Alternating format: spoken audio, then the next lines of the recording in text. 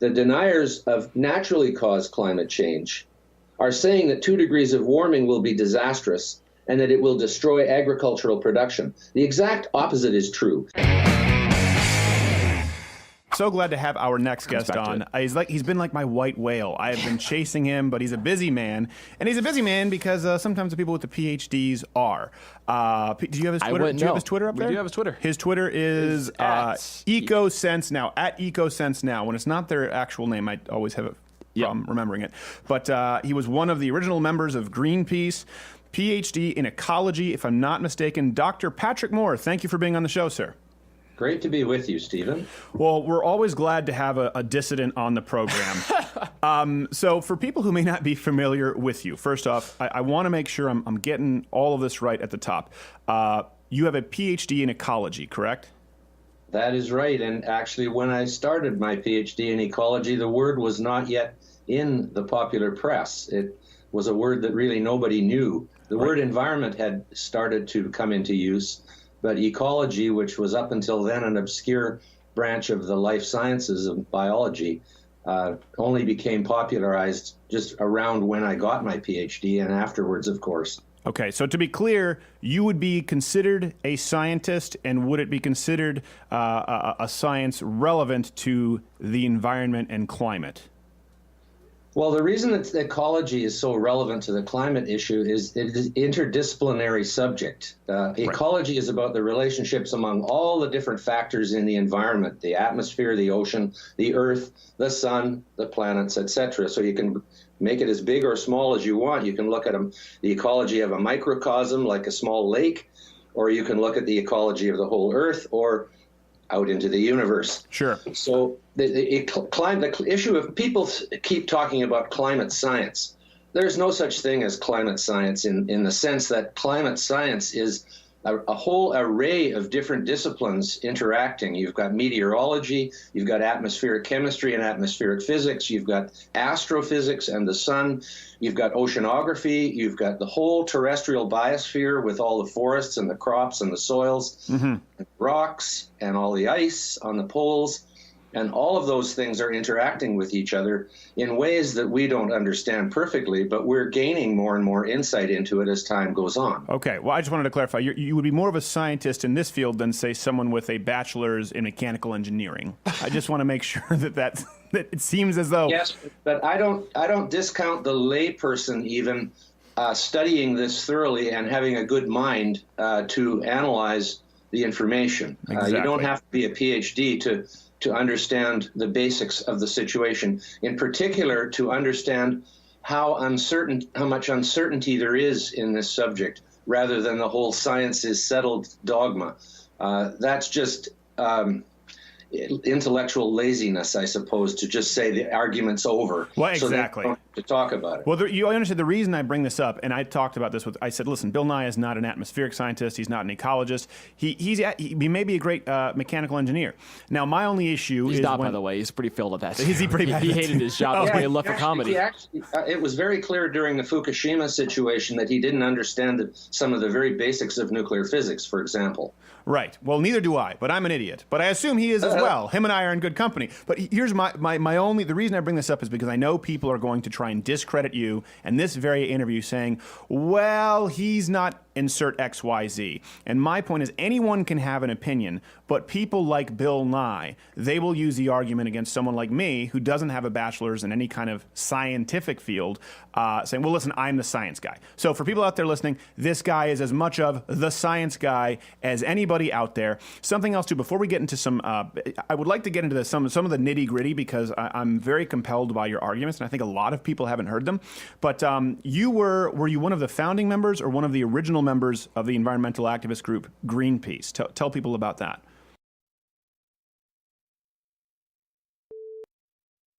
I want to move on. So you move on from Greenpeace because their focus shifts. Great.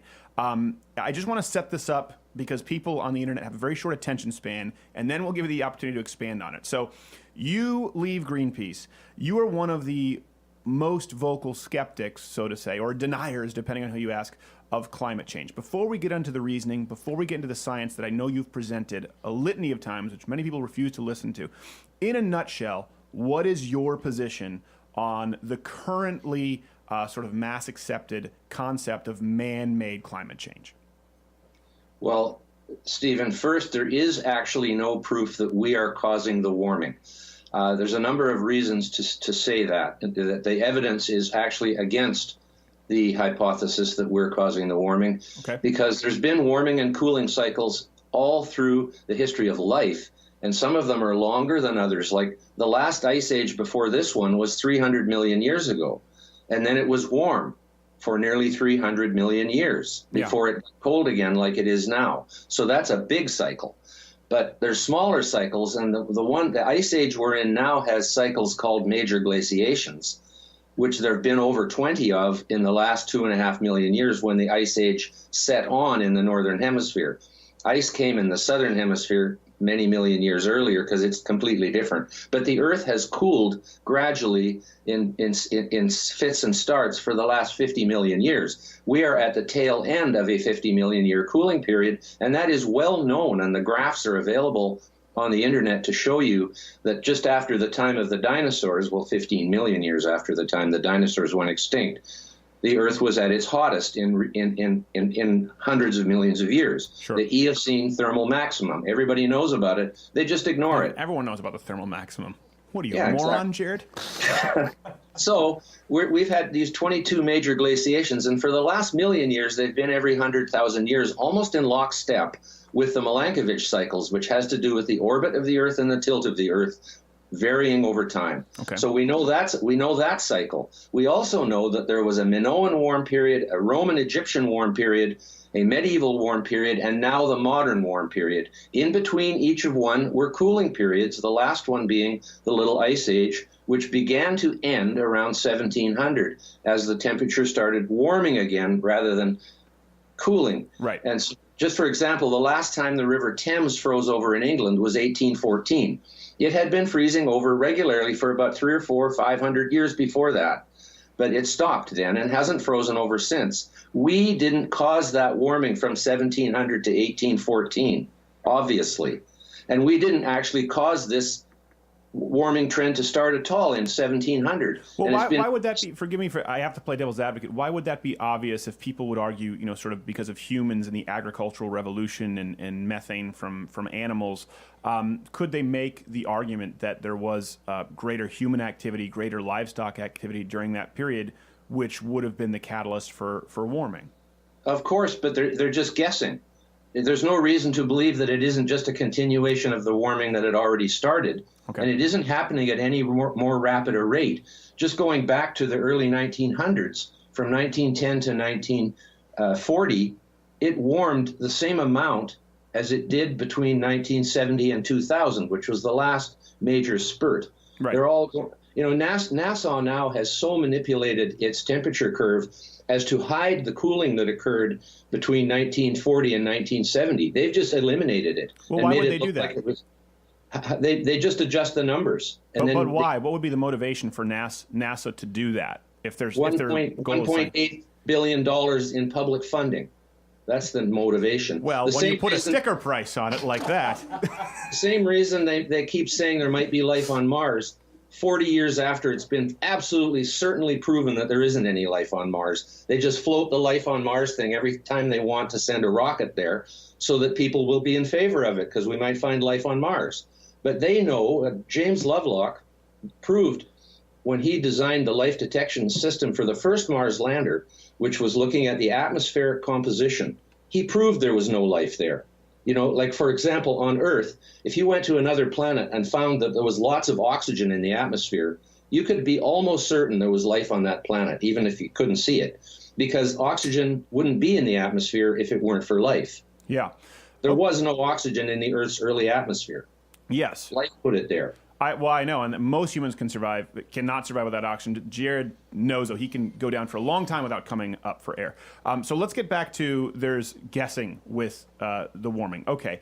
Well, first off, you just talked about $1.8 billion, NASA and government funding. I know what people will say right away. Are you funded by big energy companies? Is that where you make your living? That is the main criticism. They will always try to discredit the person or somehow question the source. So I've got to do that to be fair here, if you could answer it to the audience. I am not in the pay of any major fossil fuel company.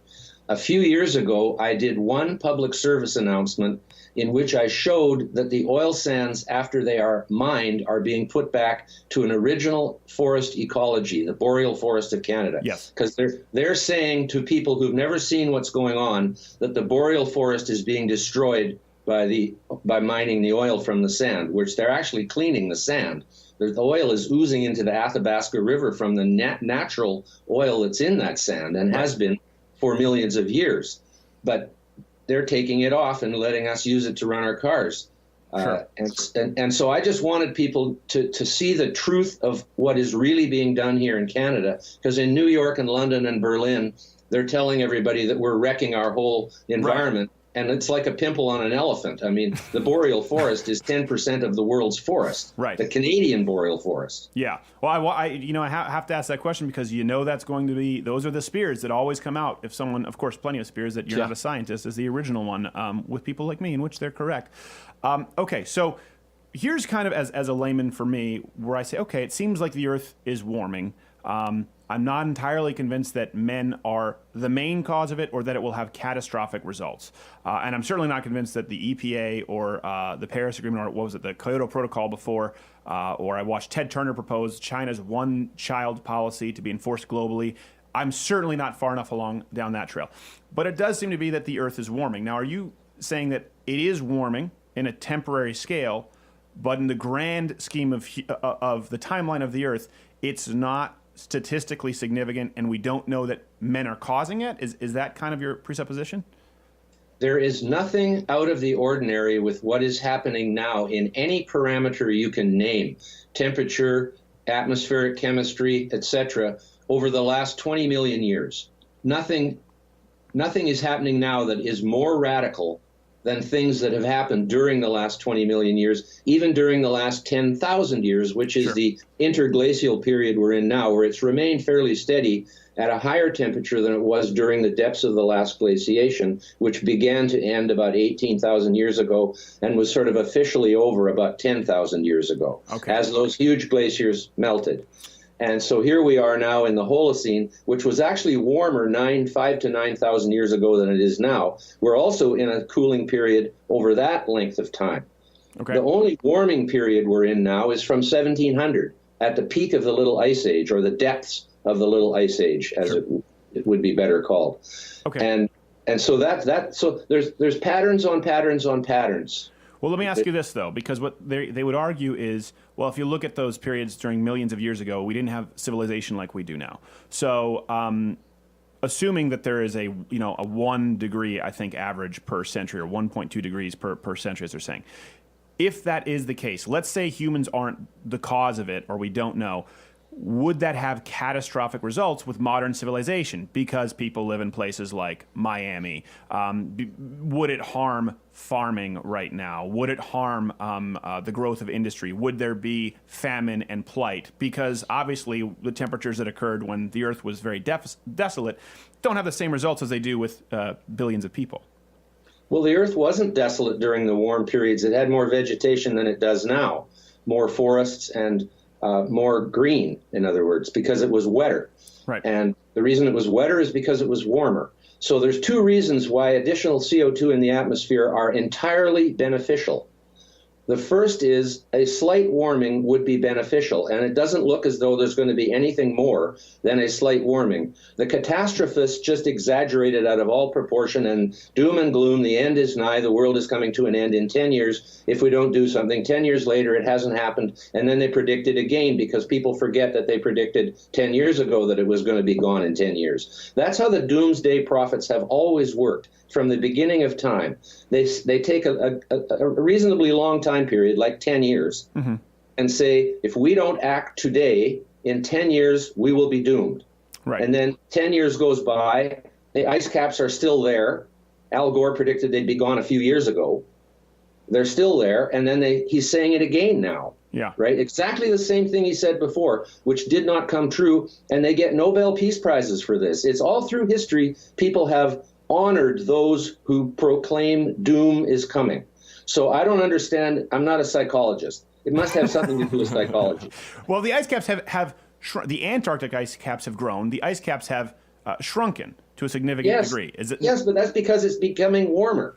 Right. You see, the big disconnect is between, yes, it's becoming warmer. Yes, CO2 is increasing due to our use of fossil fuels, but there's no proof of any causal relationship there.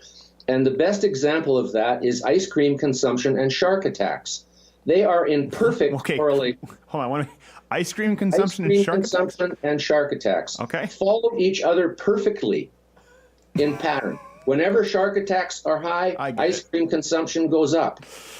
It's a fact. And that is because the strong correlation there is based on a common third factor, temperature. People go swimming in the summer and eat ice cream in the summer because it's warm. And that's why shark attacks and ice cream consumption are heavily correlated. And the key message there is even when factors are almost perfectly correlated, it doesn't mean there's a cause-effect relationship between the two necessarily. Mm-hmm. There may be. You have to prove it.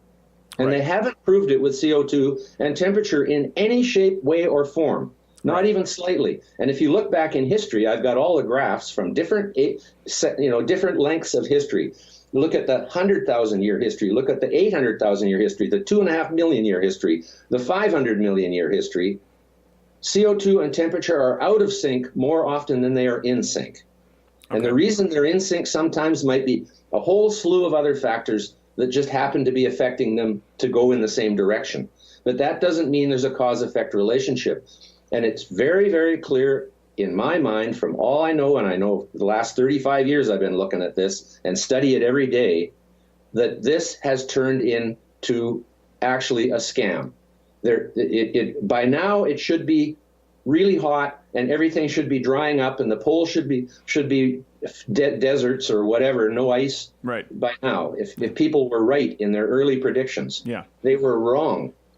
And everything is going along just fine. So a little bit of warming would be a wonderful thing. Like I always say, why are there 300 million plus people in the United States and only a few more than 30 million people in Canada? 10%. Our country is larger than yours. Oh. And yet there's only 10% the number of people here. There's only one reason for that. One word, cold. It's true. That's why. You would think there'd be more in Canada, too, because with the cold and the strong beer and not a whole lot to do, you'd think there'd be a population boom. Mm. You would, except there isn't enough food to support that many people here. We could, we jet a lot of our food in. Right. We do grow a lot of food in Canada, but we can't grow fruits here like the tropical fruits. The key thing to understand about that, though, with relation to people surviving in a warmer world, is that we are a tropical species. We are not an Arctic species like penguins and polar bears. Right. We are a tropical species, evolved at the equator, and the only reason we were able to come out of Africa was fire, clothing, and shelter, which other species don't. Furry animals that live in the northern Arctic places, they dig a hole in the ground and get underneath the frost for the winter. Yeah, I mean that's just what they have to do in order to survive. So the closer, when you go from the equator to the North Pole, every step of the way, the species numbers decline. And frost and ice are the key one that makes it go off a cliff, because there's only a select number of species that are adapted to survive in sub-zero temperatures when it's freezing. But what about the coastal cities? Are actually the enemies of life. What about the coastal cities? What about natural disasters like tsunamis? Could a 1 degree, 2 degree temperature rise wipe out a lot? Because now we do tend to live on the coast, and that's a byproduct of, as you said, sort of economical revolution, with trade occurring by boats, occurring by plane. Places like New York, places like Miami, places even like Los Angeles or in Japan, could they see some serious negative ramifications from just a 1 or 2 degree rise? No. Okay. The 1 or 2 degree rise is not enough to do that. Okay. When we came out of the last glaciation, the temperature rose relatively quickly in time from enough to cover the whole of the northern hemisphere practically in ice, right down into the northern tier U.S. states and covered most of Russia. That melted, and the sea went up over 400 feet as a result of that melting. And that was just 10,000 years ago. Right. So we have to expect that natural climate change And nobody's going to argue that that wasn't a natural climate change. And that was climate change when it went from really cold to just cold like it is now. Because I'm more than halfway to the North Pole from the equator here, in just barely halfway to the North Pole from the equator, and it's cold where I am. There's still lots of snow on the mountains. It's supposed to be springtime. Sounds like hell. It's one of our coldest winters in years here, and that is why, even though I will not make a prediction about the future, because I know it's not possible to be certain, and that the prophets of the future are almost always wrong anyways, the hypothesis that the solar cycles of maximums and minimums, and we're now entering what's called a grand solar minimum, where the sun goes quiet for perhaps decades, and that allows the cosmic rays to come into our solar system. Whereas when the sun is in its active state with lots of sunspots, it's actually sort of fending those off. Right. And the theory is that cosmic rays affect cloud cover by, this is actually science beyond me even, and I know a lot about science, but when it comes to really complex physics like that, it's not really my bag. But the Russians have been saying this for a long time, and many other people too. There's people all around the world in the scientific community that are watching this particular pattern of change, which is the grand solar minimum, theoretically taking us now into a new cooling period that will be temporary. Well, I want to touch on that real quick, because we wrote about that at the website loudearthcrowder.com, and I believe it was NASA. Courtney wrote about it. We'll get an overlay here, where, yes, they were saying there will be a half a degree, I believe, cooling period over the next half a century. But they said, but then after that, human-made climate change is still going to lead to catastrophe. And my antenna went up. Listen, we wrote about it, and people, of course, say, well, this is a misrepresentation. No, the guy who created this study, who made this claim, still said man-made climate change is going to be a problem. It doesn't matter what happens, Stephen. Right. The Earth, an ice age could descend upon us, and they would say it's just temporary. It's going to come back to be a disaster. Well, my issue as a layman is I look at it and say, if a 1 degree will be if it gets cold. Right, and I look at this more than half a degree. If it gets 2 degrees colder, that would be one hell of a lot worse than getting 2 degrees warmer, because it affects agriculture. Yes, agriculture. The deniers. And I call them the deniers because they're denying the actual evidence of what has actually happened over the history. Well played. The deniers of naturally caused climate change are saying that 2 degrees of warming will be disastrous and that it will destroy agricultural production. The exact opposite is true. It will make vast tracts of Canada and Russia, which is where most of the land is in the world, so you can grow food there. You don't have to go many miles north of the U.S. border into Canada, and all of a sudden you can't grow anything there because it's freezing cold 8 months of the year. Yeah. Or, in Russia, they've learned to use greenhouses in many of their more northern places. They actually have some population in their northern reaches, but that costs a lot of money to do that. They've got huge diesel electric plants running because they're off the grid way far up north. Now Russia is building floating nuclear reactors to float down the rivers or to tow around and come up the rivers to these settlements in the north. Sure, that sounds like a good idea. Yes, far ahead of us in that. It's just it makes your head spin, and the media doesn't even pay any attention to it. Russia, China, and India are now all ahead of the United States in nuclear technology.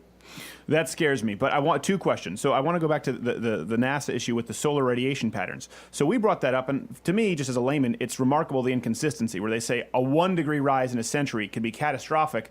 A half a degree drop in half a century will be no big deal, and then we'll go back to man-made climate change. And of course, as you were talking about the Russians, I can't remember the guy's name, Medesedov something at the Pulkovo Observatory. It's a hard name. Published. Go to the website, Stephen, the next grand solar minimum. Yes.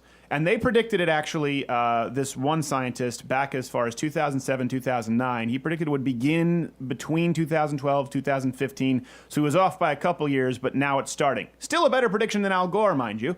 But let me ask you this. This is what people are going to be asking here, because the science is very compelling, and I can listen to someone who's a climate change catastrophist and go, well, that sounds convincing.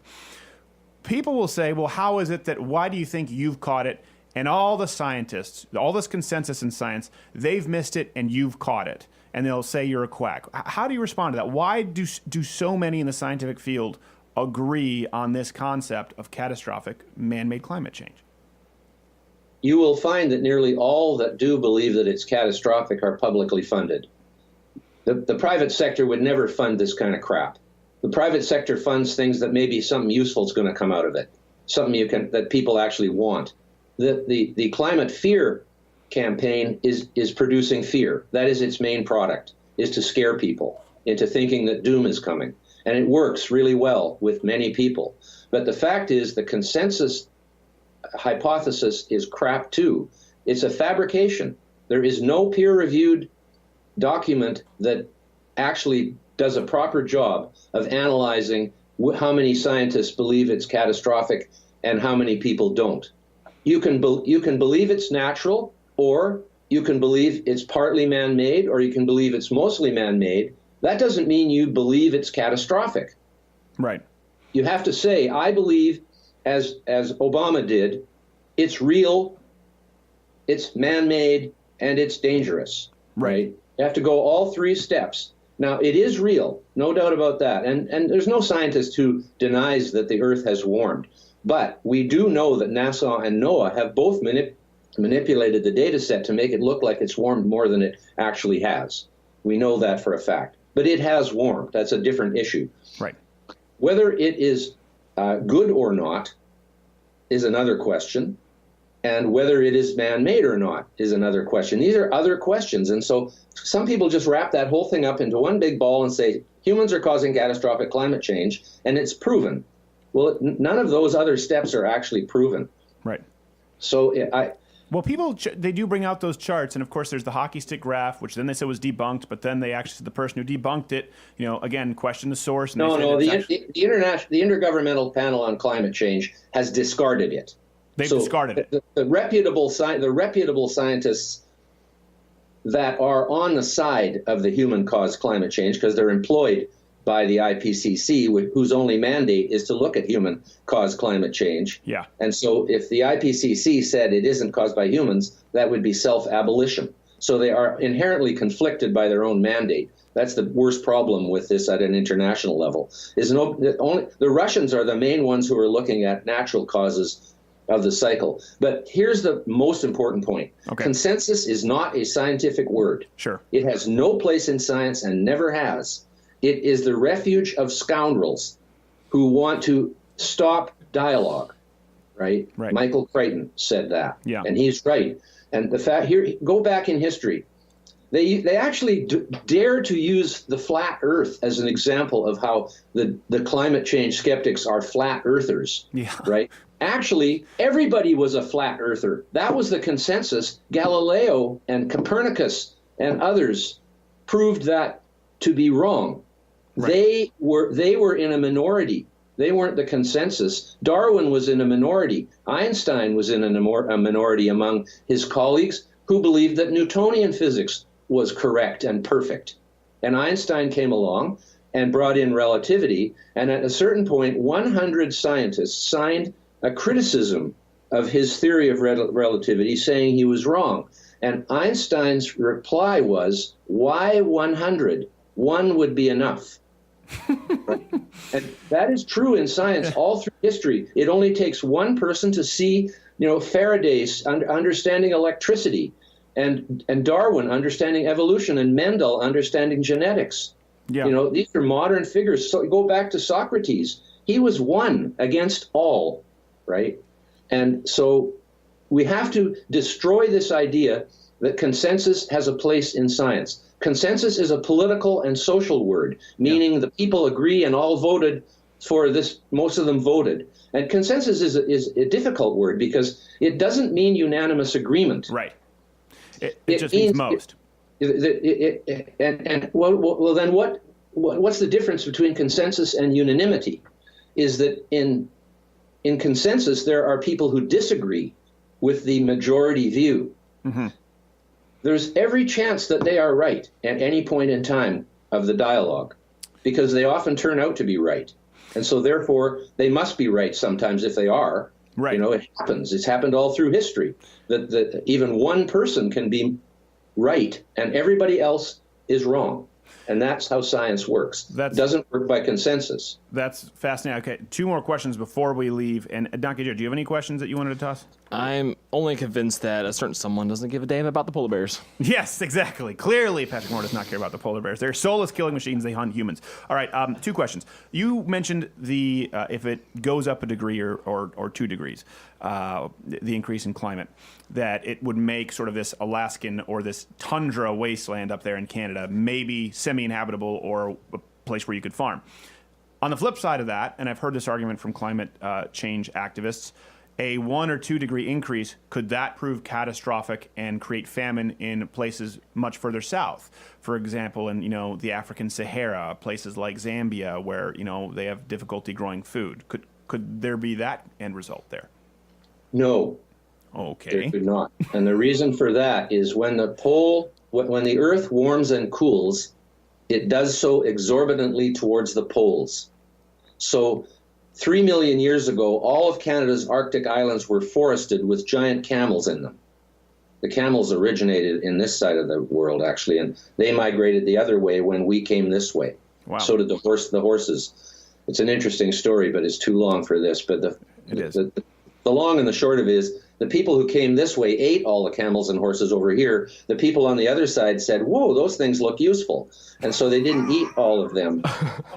And the whole silk trail was based on camels. And then there's the horses of Arabia. Right. So it just goes to show you how stupid the people that came this way were. I think they could have used it. Well, we've talked about that. That's a big part of this sort of idea of Native American germ warfare. Biological warfare years before germ theory. They hadn't domesticated the horse. They were coming in contact with animals that apparently started here, went there, were coming back, and of course you're going to get sick. They could have used a fat pride movement back then, it seems like. It seems like it would have been useful. Millions of years ago. Okay, so it's a no, but how does that, again, the question is, people in Africa south of the equator, their crops wouldn't dry up? They wouldn't see heat waves that could destroy their agriculture?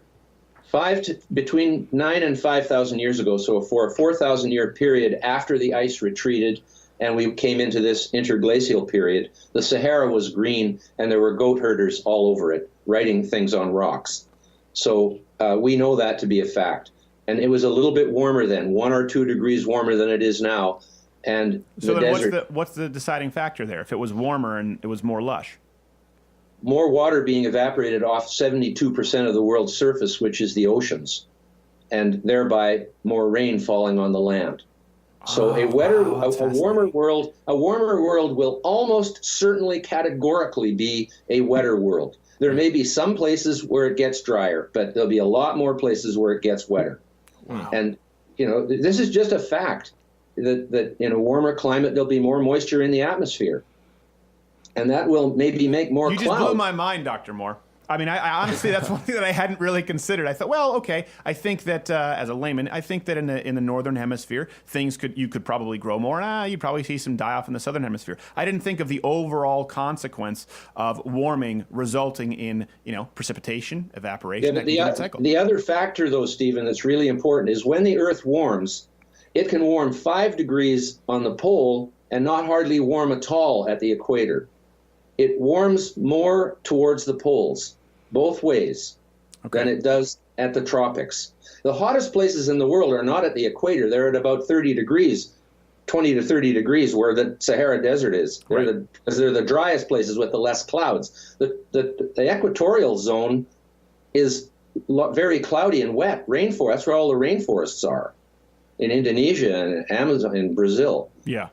And the Congo of Africa, that's the equatorial rainforest. So that movie sucked. We are a tropical species. I come back to that all the time. Yeah. We couldn't live where we do now. Then what the hell are you doing up there in Canada? Hold on, Naka Jared has a question. I got kicked out. We got kicked out by the people further south, I think. Yeah. I understand you're not a weathermanologist.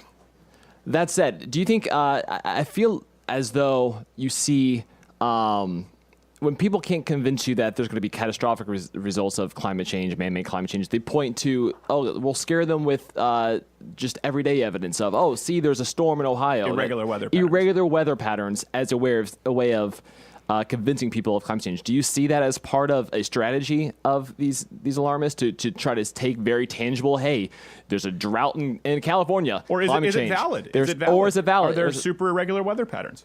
It's a well-known ditty that first it was global warming, and then when it stopped warming, they changed it to climate change, and then they blamed everything with the climate, whether it was colder, hotter, drier, or wetter. They blamed everything on climate change then. And then when that didn't bear out, they went, you would say to them, well, what about last winter? It was really cold, and they would say, well, that's not climate, that's just weather, right? Climate is different than weather. Now all you hear is extreme weather, because that's all they've got left to latch onto is a big rainstorm or a big snowstorm. Suddenly the California record snowstorm is part of climate change, right? And but the truth is, if you Google Roger Pielke, Pielke Jr., who's at Boulder, Colorado, a tenured professor who studied catastrophic events, not just weather, but the amount of economic loss due to extreme weather and all that whole area, it's been reducing now for years, especially the loss, because we are capable of building things which stand up to extreme weather. But the extreme weather has gone down. Tornadoes are down, hurricanes are down, drought is down, and flooding is down worldwide. Well, I can only speak anecdotally. Where we can speak anecdotally, where I have family in Texas, and it's very, very lush and green. Whereas when they moved to Texas 10 years ago, it was very, very dry and brittle and brown. And remember, up in northern Michigan, Lake Michigan, everyone there had to move their chairs back a little bit where they had on the beach because the lake was so full. Beaches were almost gone. Yeah, the lake was so full. Stephen, today, the United States has the lowest level of drought, 7.4% or something, than since they started the drought index. Now, they didn't start it in the 30s, so it would have been a lot. The 30s had the Dust Bowl, and so there was more drought then, but than there has been any time since then. And it was hotter then in the 30s. If you go to realclimatescience.com, or maybe it's .org, but anyways, Steve Goddard's website, you will see that he shows how they've changed the records to eliminate the really big heat storms of the 30s. 1934, 36. There were hundreds of cities in the United States over 100 degrees on the same day in July. And that's never happened since.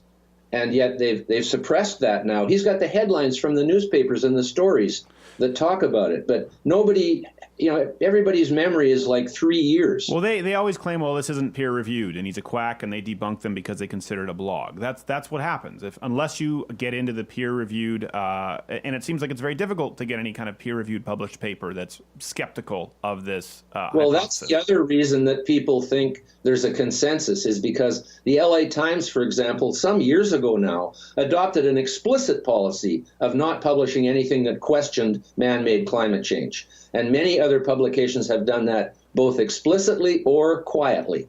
They just don't publish it. And there's lots to publish. And this whole theory of solar activity and cosmic rays is getting almost no press. But in the background on the internet, there's lots of interest in it, and there's lots of people who are following it because it seems to be Willie Soon, for example, Smithsonian Institute, astrophysics, was smeared by the New York Times because the Smithsonian takes money from companies that are in fossil fuels, big companies that can afford to support the Smithsonian. He gets paid a salary by the Smithsonian, and he was smeared because he's in the pocket of oil companies, right? No, that's not why he was smeared. He was smeared because he says it's the sun, stupid. Right? And he shows in publications with there's a family in Ireland that is just amazing on this. They're all PhDs, the Connollys. Surprise. And they published with him showing that there's a much stronger correlation between total solar irradiance, sunshine basically, and the temperature curve than there is between CO2 and the temperature curve. Much stronger correlation. This is a really important paper. It was just published a year or two ago. It's never seen the light of day in the popular press. Right, and the Russians, like we were talking about at the observatory there, their head of astrophysics and science, I can't remember his name. They've talked about this for a while. That's kind of been his main bag. Gosh, we could go on forever. Listen, Dr. Moore, if we were able to Bill Nye or to find someone who could have a civil dialogue debate on this conversation, would you be willing to return and allow us to moderate it here? Yeah, I would. I can almost guarantee you that they will not accept. Right now, you've got Alex Epstein, the author of The Moral Case for Fossil Fuels, and Leonardo DiCaprio's foundation president had agreed to debate him. He's had, this is the second time at the last minute. He had a 20,000-seat Coliseum lined up for this debate on the moral case for fossil fuels. With the head of DiCaprio's foundation, the guy dropped out with no explanation and no communication to Alex. Yeah, just yesterday. Well, we've had that from our end too. But on the record, you would if we could find someone else who would agree to it. I'll debate anybody in an organized, properly organized debate structure. Yes. Sure, absolutely. And the truth is, 20,000 Coliseum. This if we do it here, will reach millions of people. We'll make sure both parties agree upon it. I watched Ivanhoe yesterday, and today I'm going to use the mace and chain. That will be my chosen weapon. Yes, there you go. We appreciate you are a gentleman. Hey, if you like this video, subscribe by clicking the button that says subscribe. If not, there's a strong chance that you're an Armenian genocide denier. Wink, wink. I think you know what I'm talking about. But head on over there if this isn't the channel for you. I'm sure you'll find something there that you deem very insightful and informative. Also, I request that you come back here afterward and immediately leave a negative comment because we read those and those affect our lives directly. We care about them because we care about you.